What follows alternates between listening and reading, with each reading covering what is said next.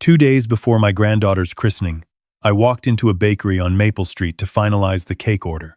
The owner, a woman named Diane whom I had known for 30 years, grabbed my wrist the moment I stepped through the door. She pulled me behind the counter, through the kitchen, and into the walk-in cooler. Before I could ask what was happening, she pressed a finger to her lips and pointed at the thin wall separating us from her office next door. Through that wall, I heard my son-in-law's voice. Then I heard my daughter's. What they said in the next 6 minutes destroyed every belief I had about my family. But it also saved my life. Thank you so much for being here and taking the time to listen to this story. Before we continue, I'd love to hear from you. Where are you watching from today? Drop your city or country in the comments so we can connect. Also, just a quick note, this story includes some fictional details added for storytelling and learning purposes. Any resemblance to real people or places is purely coincidental, but the message behind it is very real, and I hope it stays with you. I stood in that cooler with my breath turning to mist, my back pressed against shelves of butter and cream, while my son-in-law explained to my daughter exactly how they would take everything I owned. My name is Edward Calloway. I am 67 years old. I spent 40 years building a commercial real estate company in Charlotte, North Carolina. My wife Helen passed away 4 years ago from pancreatic cancer. We had one daughter, Megan, who married a man named Derek Swan 3 years ago. I welcomed Derek into my family the way you welcome a son. I trusted him with my business, my home, my daughter. That trust nearly killed me. Derek's voice came through the wall, calm and precise as though he were reading off a spreadsheet. The christening is Sunday. Monday morning, Megan activates the durable power of attorney. By Tuesday, we begin transferring assets out of Calloway Properties into the holding companies Fiona set up in Delaware. My daughter responded, her voice carrying a note of hesitation I recognized. What about Dad? He checks the accounts every week. Derek laughed. That is why Dr. Harmon is meeting with him Thursday. Cognitive decline secondary to grief and age.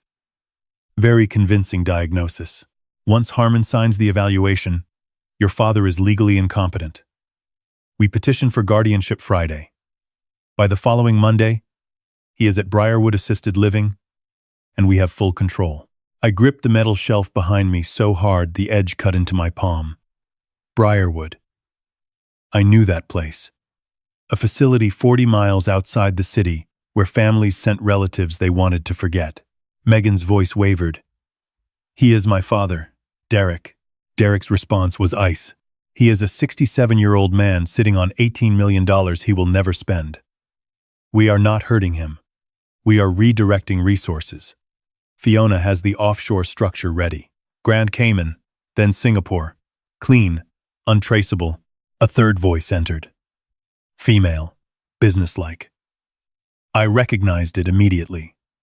Fiona Garrett, Derek's college friend, whom he had introduced as his financial advisor. She had been coming to our house for Sunday dinners for 2 years.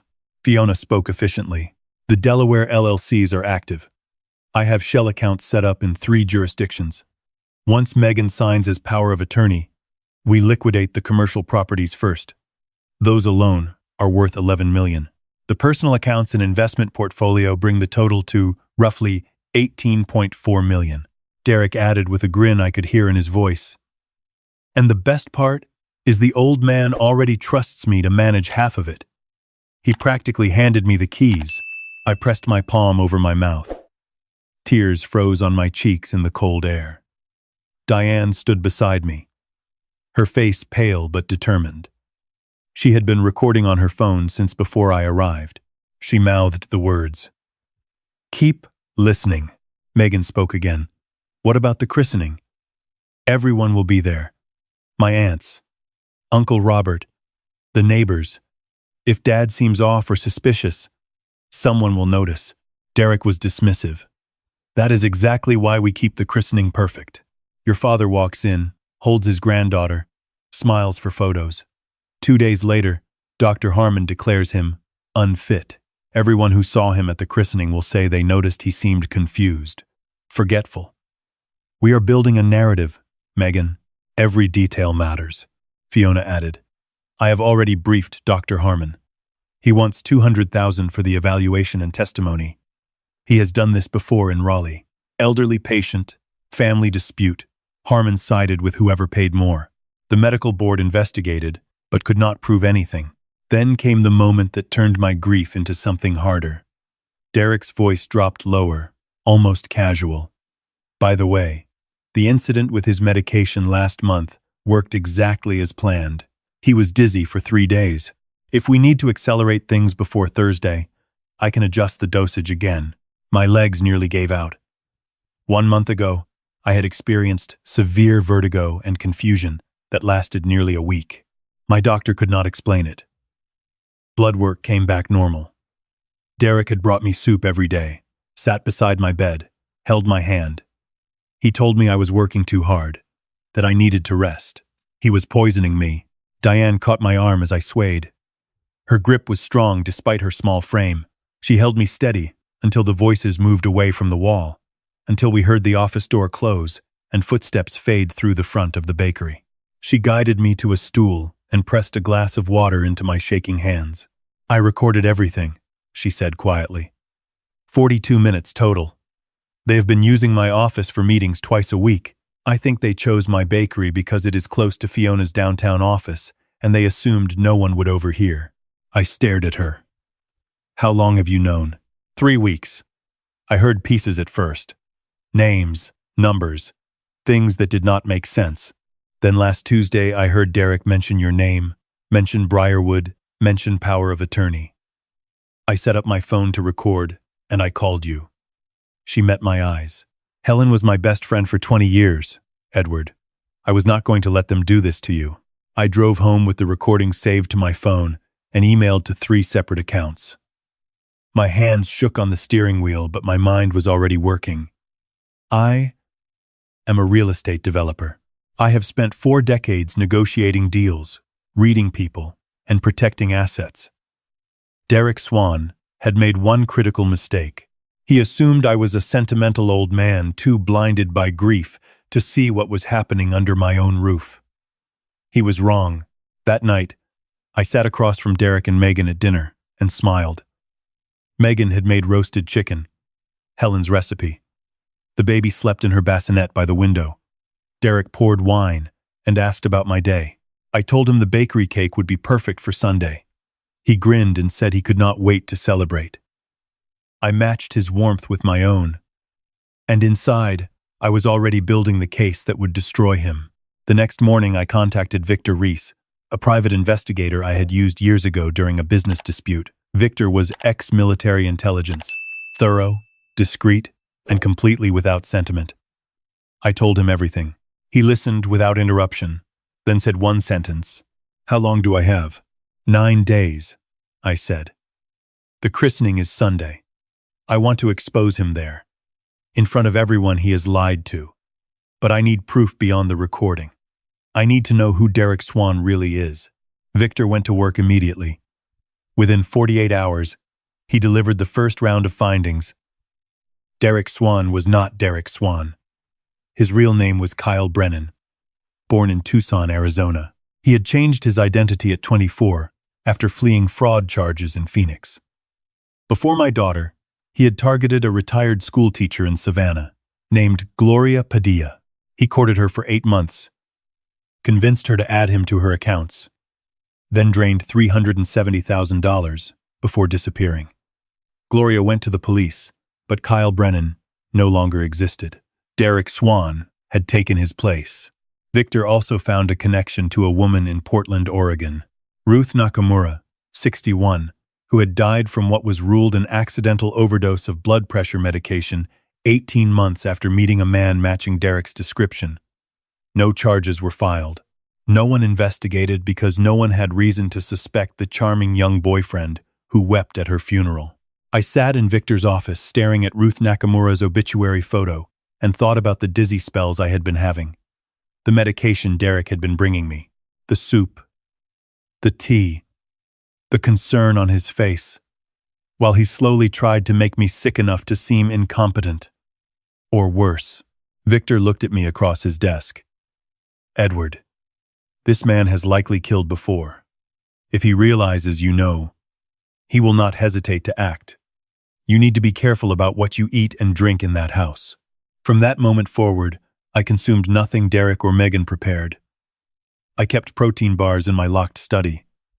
I drank only bottled water. I purchased myself. I told them I was on a new diet recommended by my doctor. Derek smiled and said he admired my discipline. The performance continued. Victor's financial investigator, a woman named Sandra Chen, spent 4 days dissecting my accounts. The results made me physically ill. Derek had been siphoning money for 26 months. Fake consulting invoices through Fiona's shell companies, totaling $640,000.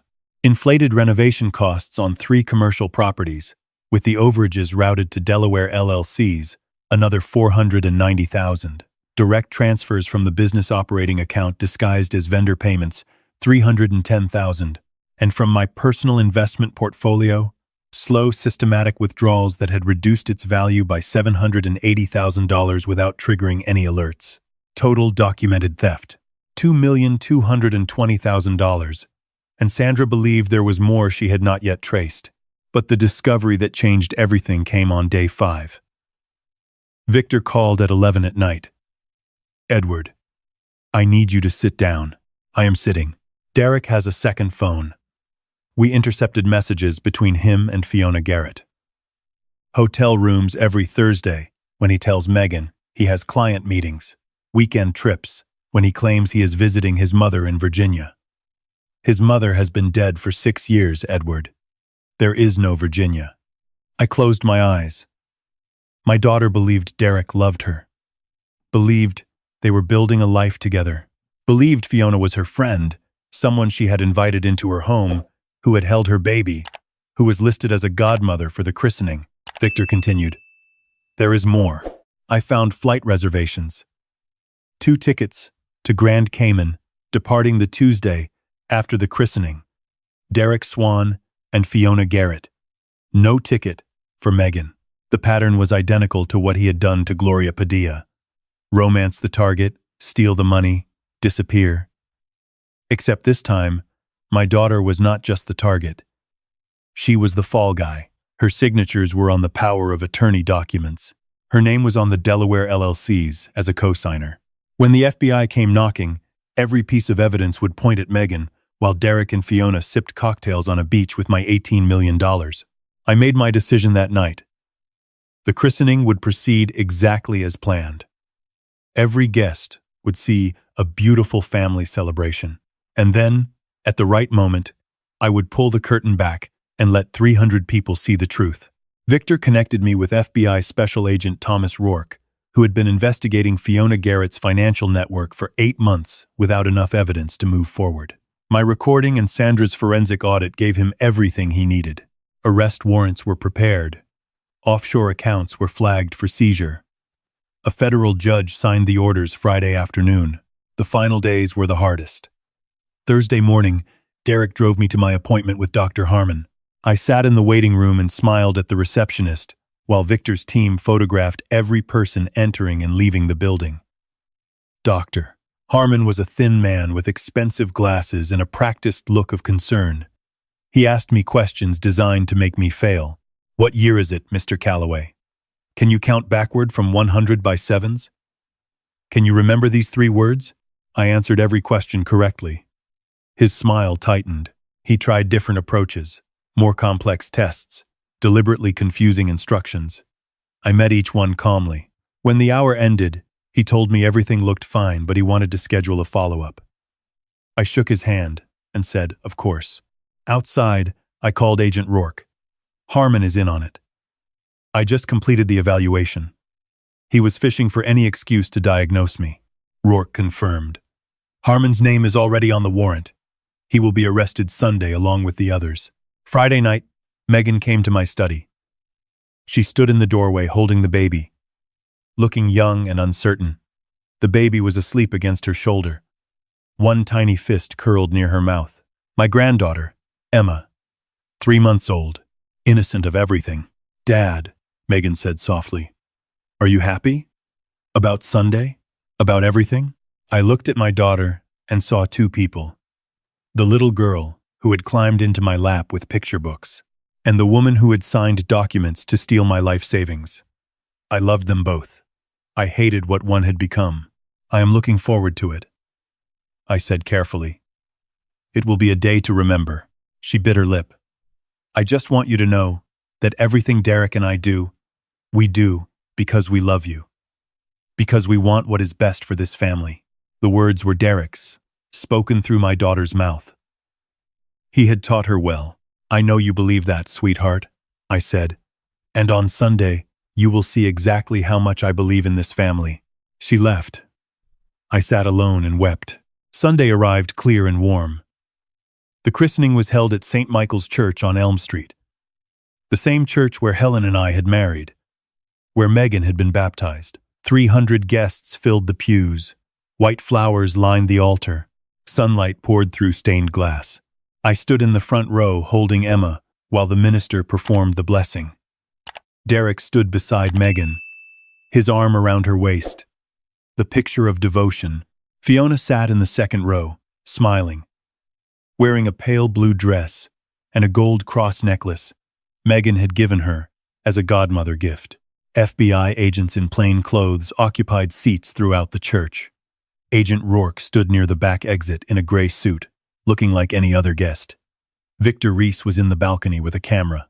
Gloria Padilla, whom Victor had located in Savannah and flown in at my expense, sat quietly in the last row, wearing a wide-brimmed hat.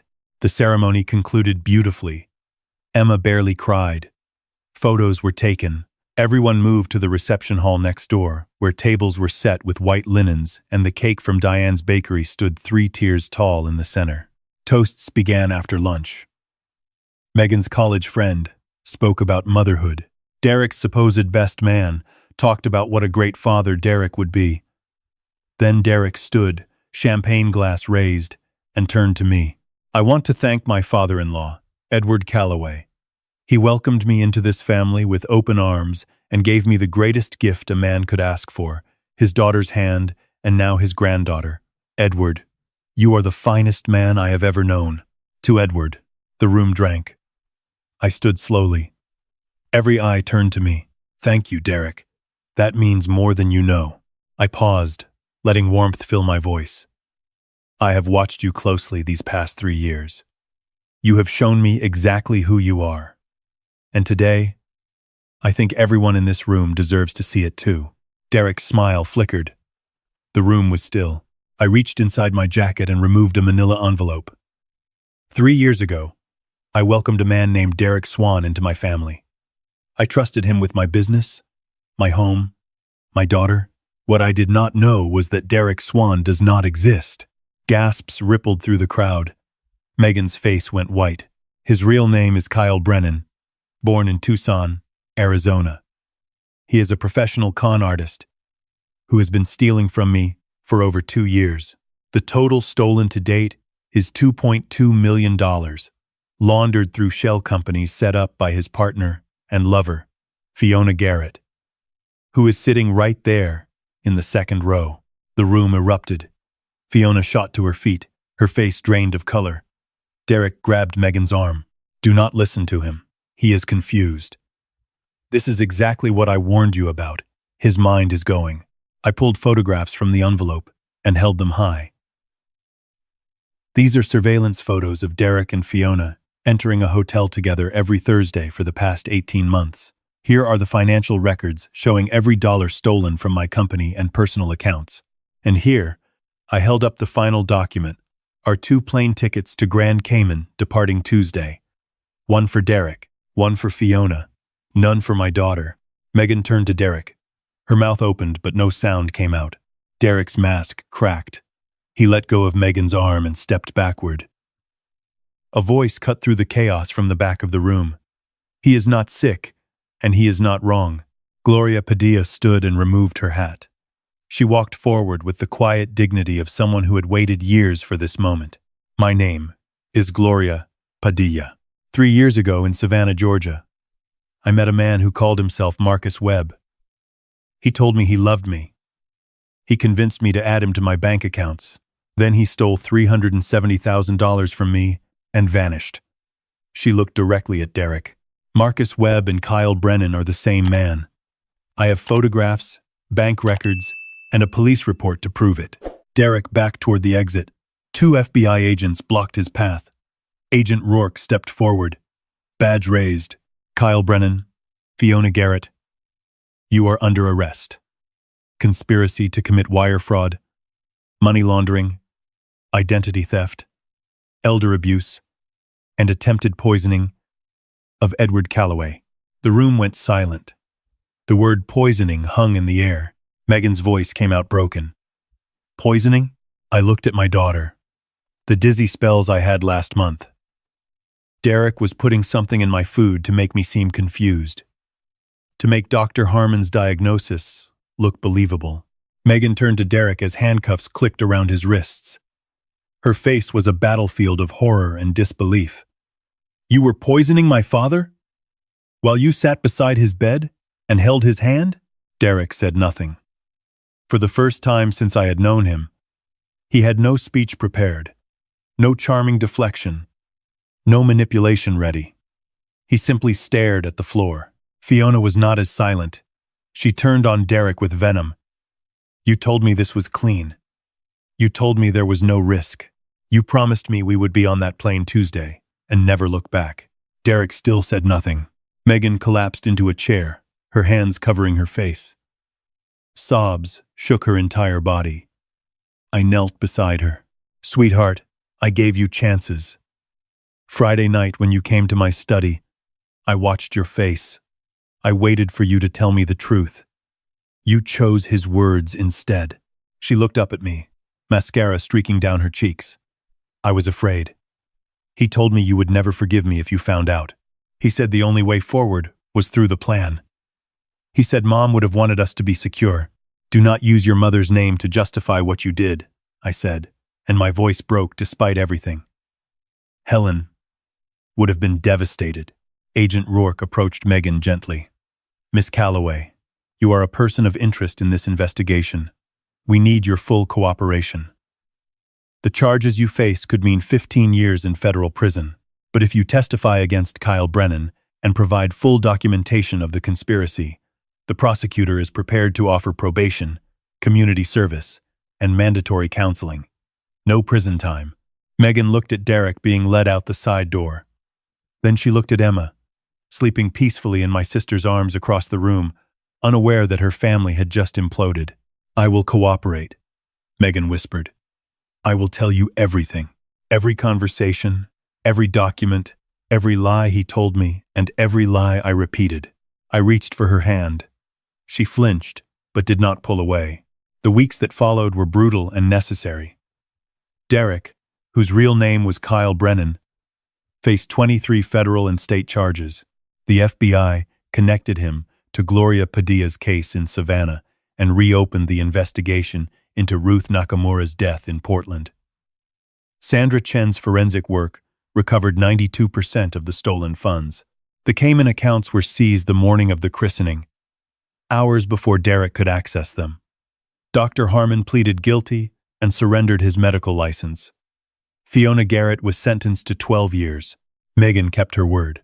5 days of grand jury testimony. Every detail, every conversation, every moment, she had chosen loyalty to Derek over truth. She described how he had isolated her after Helen's death, convinced her I was declining mentally, told her the money would be wasted on medical bills and nursing homes anyway. She admitted she had known about the power of attorney scheme, had signed documents she understood were designed to strip me of control. She did not minimize. She did not deflect. She stood in that courtroom and took responsibility for every choice she had made. Her cooperation earned her the deal. 3 years probation. 500 hours of community service. Mandatory therapy twice a week. A permanent criminal record. No prison. She moved into the guest cottage on my property. Close enough to be present in Emma's life. Far enough to give us both space to heal. We had dinner together 3 times a week. Careful conversations where we relearned how to talk to each other without the weight of deception between us. One evening, 6 weeks after the christening, Megan asked the question I had been waiting for. Will you ever forgive me? Dad. I set my fork down and looked at the woman across from me. She was thinner than before. Shadows lived under her eyes. She had aged 5 years in 6 weeks, but there was something in her face I had not seen since before Helen died. Honesty. Raw and unprotected. Forgiveness is not a single moment, I said. It is a road. A long one. And right now, I do not know where it ends. But I am willing to walk it, if you are. One day at a time. One truth at a time. She nodded, tears falling silently. One truth at a time. A letter arrived from the federal detention facility where Kyle Brennan awaited trial. I recognized his handwriting on the envelope. Inside, 3 sentences. You think you saved her. You destroyed her. She will never be yours again. I read those words once, then fed the letter into the fireplace and watched it burn. He was still trying to manipulate, still trying to control the story from behind bars. But his story was over. Ours was just beginning again. I looked at the photograph on the mantel. Helen, on our wedding day. Laughing, radiant, full of a future neither of us could predict. I spoke to her the way I did every evening, quietly, just above a whisper. I kept our girls safe, Helen. It cost me everything, but she is here. Emma is here, and we are going to be all right. The house was quiet. The fire crackled. Outside, I could see the guest cottage light glowing warm in the darkness. Megan was still awake, still carrying her guilt, still choosing, day by day, to be better than the worst thing she had done. That was enough. For now, that was enough. Looking back at this painful family story, I realized there was no version of it that ended without destruction. The only choice I had was what I chose to save. I chose my daughter. I chose my granddaughter. I chose truth over comfort and accountability over silence. Some people will say, I should have acted sooner. Maybe they are right. Some will say I should have been gentler. Maybe. But I remember the plane tickets. 2 seats to Grand Cayman. None for Megan. I remember Ruth Nakamura's obituary. I remember the taste of soup that was slowly poisoning me, brought to my bedside by a man who called me Dad and smiled while he did it. Here is what I learned. Predators do not look like monsters. They look like family. They bring you soup when you are sick, and wine when you are sad, and legal documents when you are trusting. They use your grief as a doorway, and your love as a weapon. If something feels wrong in your family, do not wait. Do not convince yourself you are imagining things. Act. Protect yourself. Protect the people you love, even if protecting them means exposing the ugliest truths. God gave me the strength to stand in that reception hall and speak when every instinct told me to stay silent. God gave me Helen's memory to remind me what real love looks like. Not control disguised as care, but sacrifice that costs you everything and asks for nothing in return. This is not a story about revenge. It is a story about a father who refused to lose his daughter to a man who never deserved her. And if one person listening today recognizes something in this story, recognizes the charming partner, the isolating behavior, the financial confusion, the subtle sickness that no doctor can explain, then every moment of pain was worth sharing. Thank you for staying until the final word. Drop a 3 in the comments if this story resonated with you. I genuinely want to know you are there. Hit subscribe for more powerful narratives that challenge and inspire. Important reminder: this is a fictional family story created for storytelling and reflection purposes. If this type of content is not your preference, feel free to explore other videos that better suit your interests.